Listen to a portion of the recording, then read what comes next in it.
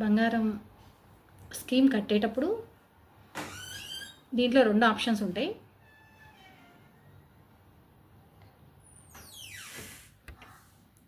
ఒకటి, మనం ప్రతి నెల కట్టే డబ్బులకి ఆ నెల ఉన్న రేటుకి మనకి ఎంత బంగారం వచ్చేది అనే ఒక ఆప్షను.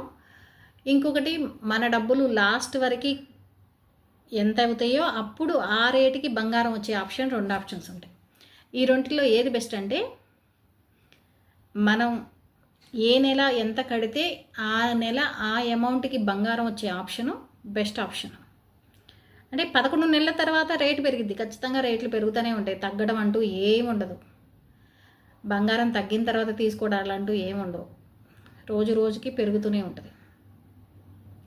అట్లా బంగారం కొనడానికి స్కీమ్లో